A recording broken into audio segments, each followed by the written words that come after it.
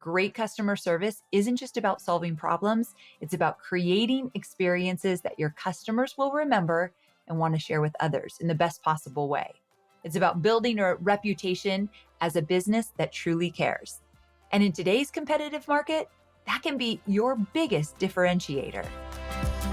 I'm Amy Porterfield, ex-corporate girl turned CEO of a multi-seven-figure business. But it wasn't all that long ago that I lacked the confidence, the budget, and the time to focus on growing my small but mighty business.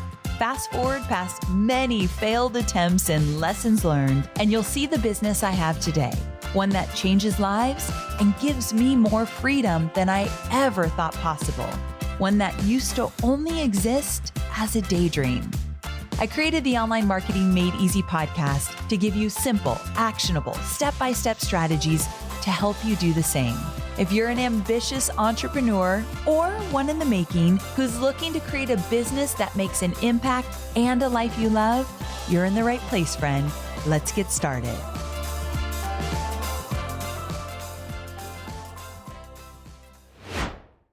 Hey there, welcome to Online Marketing Made Easy. I'm Amy Porterfield, and as always, I am so thrilled that you chose to listen to this podcast because you have many to choose from. And I'm glad you did because we've got a special episode lined up, kind of one that I'm going to take you behind the scenes of my personal life. So this one's going to be a little different. But before we get started, I want to remind you that if you haven't already, be sure to hit that subscribe button so you never miss an episode. We drop bonus episodes, but we don't always email about them. So make sure to hit subscribe. And if you're feeling really good today, I'd be so grateful if you would leave a review. That helps me immensely get out in front of new people. And you know how hard podcasting is if you already have one. So reviews mean everything to a podcaster, and I'd be so grateful if you would leave one. All right, so let's go ahead and dive in. Today, we're going to talk about an area in business that's deeply important to me, customer experience. I believe that great customer experience is an essential part of marketing, almost like an extension of it. It's how we build lasting relationships with our customers and create raving fans who will spread the word about our business. Marketing brings them into our world, but really good customer experience keeps them there. But here's the thing. Sometimes the best lessons come from unexpected places. And that's exactly what happened to me on a recent trip to Italy. So buckle up, my sweet friend, because I'm about to take you on a little journey that taught me some powerful lessons about customer experience. Lessons that I'm now applying to my own business, and hopefully you will as well. So picture this. It's a beautiful summer day, and I'm boarding a plane from Nashville with my husband, Hobie, my mom, and my sister. We're headed to Italy for a 13-day trip, a special gift for my mom's birthday. We're all very excited and chatting about the amazing places we're going to visit. First Tuscany, and then Ischia, and then Capri, and then Sorrento. It's going to be a trip of a lifetime. Now, fast forward to our first arrival at the Florence airport. We've made it through customs. We're a little bit jet lagged, very sweaty, but we're buzzing with excitement. I couldn't wait to start drinking a little wine and eating some good pasta. Like that's all I could think about. So we grab our luggage from the carousel. Well, most of us grab our luggage. You probably can see where this is going. As we're standing there watching the last few lonely bags go around and around, we realize something's wrong. Hobie's luggage is nowhere to be seen. And right now you might be thinking, well, I hope he packed some essentials in his carry-on. Well, his wife encouraged him to, but the answer is he did not. He was very sure that he would have no problems.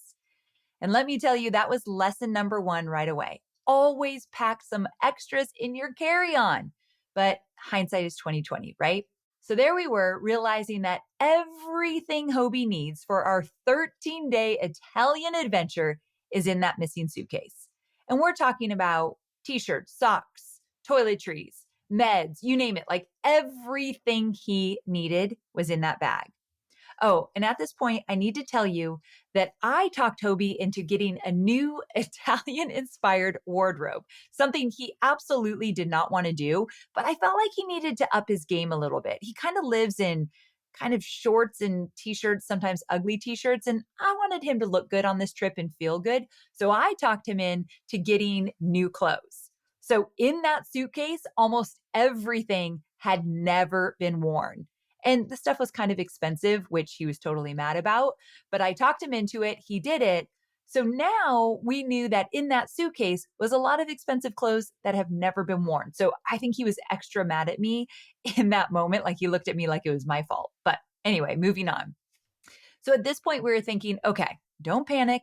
We'll just talk to the airline. They'll find the bag. They'll have it delivered to our hotel in Tuscany, which unfortunately was like an hour drive away, but we were still optimistic. How wrong we were. What followed was a 3-day odyssey of frustration, confusion, and some of the worst customer experience I have ever experienced. And let me tell you, it was eye-opening. It made me take a hard look at my own business and how we handle customer issues. Now, here's what happened. We had flown with a combination of airlines. So when we tried to report the missing luggage, we got caught in a game of hot potato. One airline told us to call the other. The other airline told us to call back the first airline and talk to them. Nobody wanted to take responsibility. We spent our first day in Tuscany, a day that should have been filled with wine tasting and beautiful scenery, on the phone for nearly 10 hours if you add it all up. And when I say on the phone, I mean literally dialing and redialing because we kept getting disconnected or hung up on, which was really, really just frustrating. So the reception was terrible. The support rep seemed indifferent at best, and we were getting nowhere fast. By the end of the first day, Hobie and I looked at each other completely deflated. We were starting to think we'd never see the suitcase again. Now, I know these are just material things. And at the end of the day, I knew we'd be fine. We could go to the store and get new clothes. But let's just be honest. This is frustrating if you've ever lost luggage, especially in a foreign country. It's just really overwhelming to be like, okay, what are we going to do here? And thinking you're going to get it, but not sure you're going to get it. Should we go buy clothes? Should we not buy clothes? It's just frustrating. But I understand these are first world problems. So I just kind of needed to say that. Okay. So the bad part about this is that we kind of let this luggage fiasco kind of consume the beginning of our trip. We were kind of stressed by it and frustrated and just a little heartbroken that our dream vacation was kind of overshadowed by the situation that we just weren't sure what to do. But here's the thing, as awful as that experience was, it did teach me some invaluable lessons and validated some of the customer experience protocols that we've already established in our business. And that's what I want to share with you today. So let's break it down. Here are 5 key takeaways from my Italian luggage saga that you can apply to your own business. And yes, I will tell you what happened at the end of this 3-day saga, because it actually was ridiculous what happened at the end, but stay with me. All right, let's get to the lessons because this is the most important thing. Lesson number 1, acknowledge and validate your customers' feelings. The first and perhaps the most important lesson I learned is the power of acknowledgement and validation. You know what struck me during those endless phone calls? Not once in the first 24 hours did anyone say, I'm so sorry your luggage has been lost. This must be incredibly frustrating, especially when you're in a foreign country. Not once. And let me tell you, that lack of empathy made an already stressful situation feel so much worse. It made us feel like we are just another problem to be dealt with, not real people with real concerns. So here's what I want you to do in your business.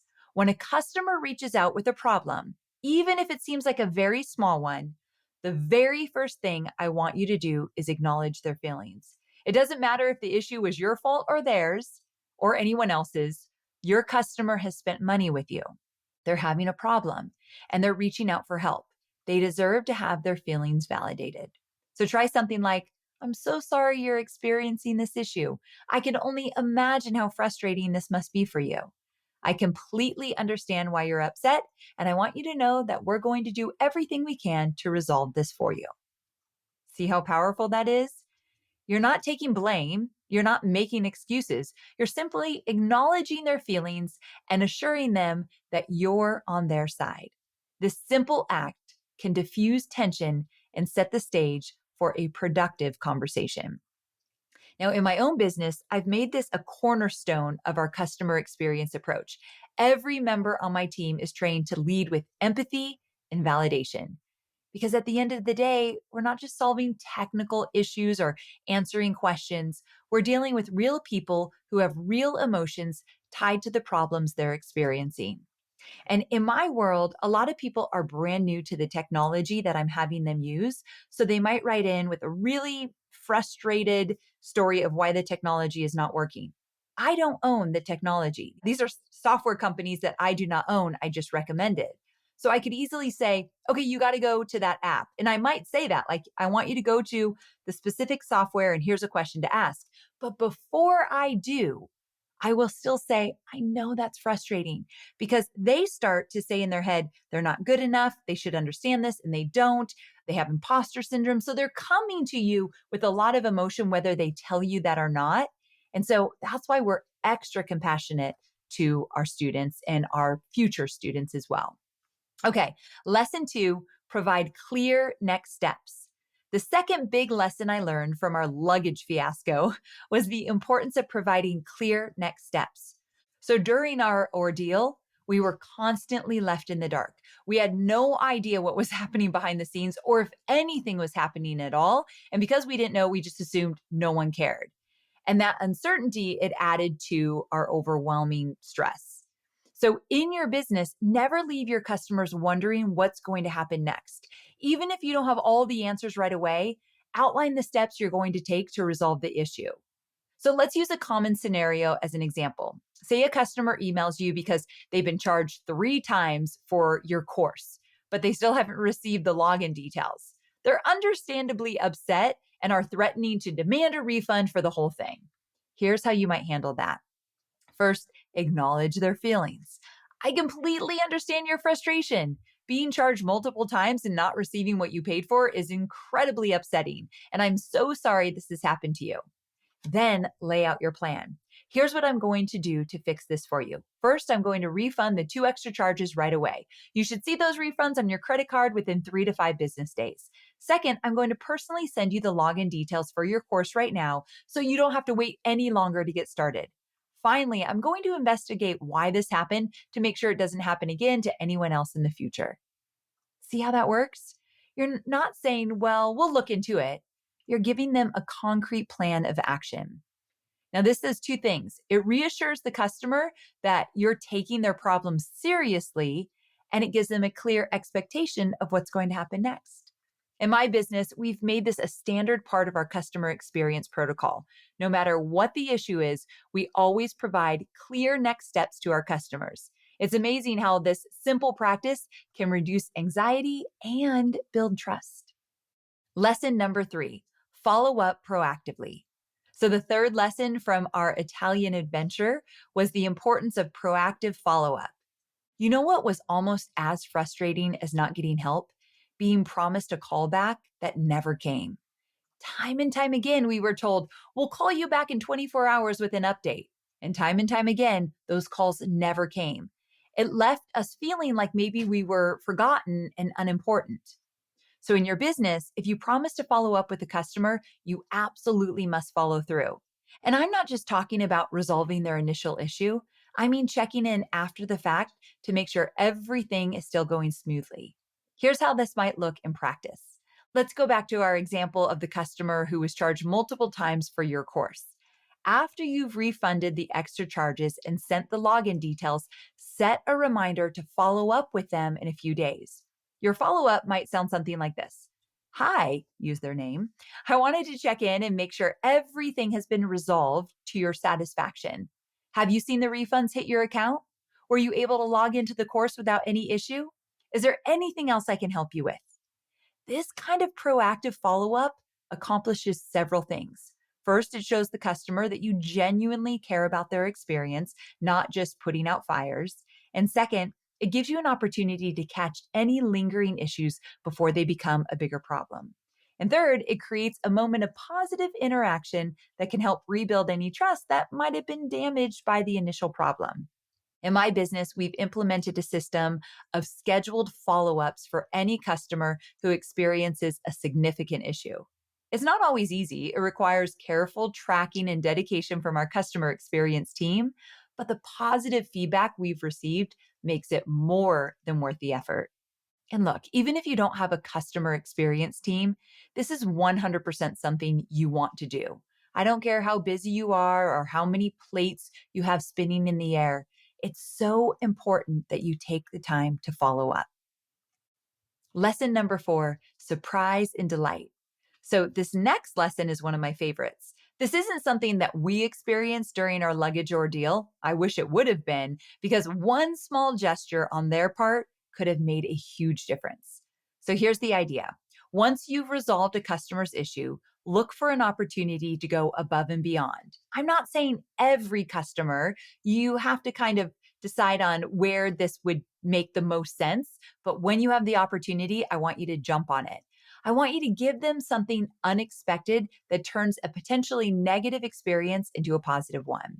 And it doesn't have to be anything huge or expensive. It could be as simple as a handwritten thank you note, a small gift card, or access to a bonus resource that they didn't get in the first place. Now, in my business, we've given each department a small budget for surprise and delight moments. So when a team member sees an opportunity to do something special for a customer, especially one who's had a frustrating experience, they have the freedom to act on it. So, for example, we might send a customer who had trouble with our course platform a free ticket to one of our virtual events. Or maybe you send someone who had billing issues a gift card with a note saying, "We know dealing with billing problems isn't fun. We hope this helps make your day a little brighter." Now, these small gestures can have a big impact.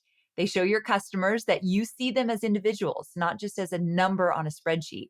And they create the kind of memorable experiences that turn customers into raving fans, who then turn around and tell all their friends about your business. Now, I want to be clear, surprise and delight should never be a substitute for solid, reliable customer service. It's the cherry on top, not the foundation. But when you combine it with the other lessons that we've talked about today, acknowledging feelings, providing clear next steps, and following up proactively, you create a customer experience that's truly exceptional.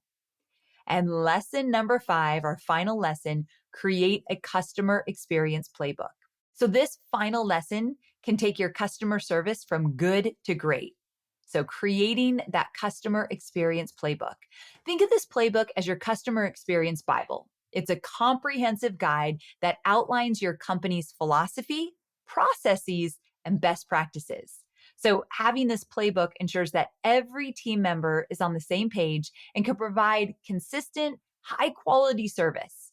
So here's what your customer experience playbook might include: your customer experience mission statement, guidelines for tone and voice in customer communications, step-by-step processes for handling common customer issues, templates for frequently used responses, escalation procedures for complex problems, and training materials for new team members. So, creating this playbook might seem like a big task, but trust me, it's worth the effort. It not only helps your current team provide better service, but it also makes onboarding new team members much smoother. In my own business, our customer experience playbook has been a game changer.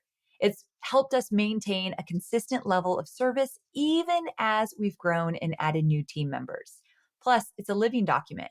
We're constantly updating it based on new situations we encounter and feedback we receive. I think it started with me, and then it was given to a member on our team, Jess, who used to own customer experience. But then when Josh took over the department, he got it and he made it even better. And now his team keeps it updated year after year. So if I saw it today, I promise you it looks really different from the bare bones that I started with. And that's a great thing. And I want my team to feel like they can update it. They're in the trenches. So I can't dictate it. I'm not talking to customers every day like they are. So I want them to take it over. So that's my pro tip. Involve your team in creating this playbook. Your customer experience team is on the front lines every day, dealing with your customer issues. So, like I said, they'll have invaluable insight, but also there might be other people on your team that should weigh in as well. So, get their feedback. And remember, your playbook should reflect the lessons we've talked about today. Make sure it emphasizes the importance of empathy, clear communication, proactive follow up, and going above and beyond when possible and appropriate. So, by creating this playbook, you're not just improving your customer experience, you're creating a valuable asset for your business. You're capturing your customer knowledge and best practices in a way that can easily be shared and scaled as your business grows. So I challenge you to start working on your customer experience playbook this week. Even if you just outline the basic structure and write up processes for a few common issues, you'll be taking a big step towards more consistent, high quality customer experience that you can then give to a team member in the future. Now, you might be wondering how to implement all these lessons in your own business. I get it. It can feel overwhelming to make big changes to your customer experience processes or just to make a plan in general if you don't have one yet. But here's the thing, you don't have to do them all at once. Just start small and build from there. Like maybe you begin by focusing on that first lesson, acknowledging and validating your customers' feelings. Train your team to lead with empathy in every interaction. And if you're rolling solo, take every customer interaction as an opportunity to practice. Once that becomes second nature, move on to the next step. Remember, the goal is not perfection. We do not always get this right in my business, but we do make progress. So every small improvement you make in your customer experience is a step towards creating stronger and more loyal relationships with your customers. And here's a final bonus tip. Don't be afraid to ask your customers for feedback. Send out surveys, have follow-up calls, or even just ask at the end of the interaction, how did we do today? Just that one question could go a long way. This not only shows your customers that you value their opinion, but it also gives you invaluable insight into where you can improve. In my own business, we've made customer feedback a key part of our growth strategy. We regularly review and discuss the feedback we receive, and we're looking for patterns and opportunities for improvement, or we're also celebrating the wins when we get really great feedback from those that we've served. Now, sometimes we hear some pretty rough criticism, not easy, but that stuff is still crucial to figure out what you can do to make your business better. So I want to encourage you to take some time this week to really examine your customer experience approach, because even if they have problems, if you deal with it in the way that I outlined here, you'll keep them. They'll continue buying. They'll continue to be in your community. And that, my friend, is a lot easier than trying to get new people into your world. So that's why this is very powerful. And if you look at it that way, very profitable, meaning that you don't have to do a bunch of extra work to continue to grow your business. So look for those opportunities. I promise you, you've got this. You can figure this out. Just remember, great customer service isn't just about solving problems. It's about creating experiences that your customers will remember and want to share with others in the best possible way. It's about building a reputation as a business that truly cares. And in today's competitive market, that can be your biggest differentiator. Okay, so with that, really quick recap. Number one, always acknowledge and validate your customers' feelings. 2, provide clear next steps, even if you don't have all the answers yet. 3, follow up proactively. 4, look for opportunities to surprise and delight, my favorite. And number 5, create a customer experience playbook to ensure consistency and quality. So there you have it. Okay, so I got to tell you what happened. So on day 3, we finally located our luggage. I thought I was going to cry. I was so happy. And we located our luggage. But remember, we were an hour away from the airport, and they actually delivered it to an airport that was 3 hours away from our hotel. So they said, Miss Porterfield, we cannot get you your luggage before you go on to the next place, which was actually a 5-hour drive. We took a 5-hour drive and then a boat ride to get to this place called Ischia. I highly recommend it. It was one of my most favorite parts of the trip. So literally, we were getting on a boat for the next hotel. So I said, Hobie, we have to go find that airport. We got to get there. And so sweet Hobie drove. We got a driver. We couldn't even get a cab. The the hotel gave us a driver. I don't even want to tell you how much that was. We got a driver to take Hobie to this airport super far away. He walked in. The driver actually went with him, thank God, because he spoke Italian.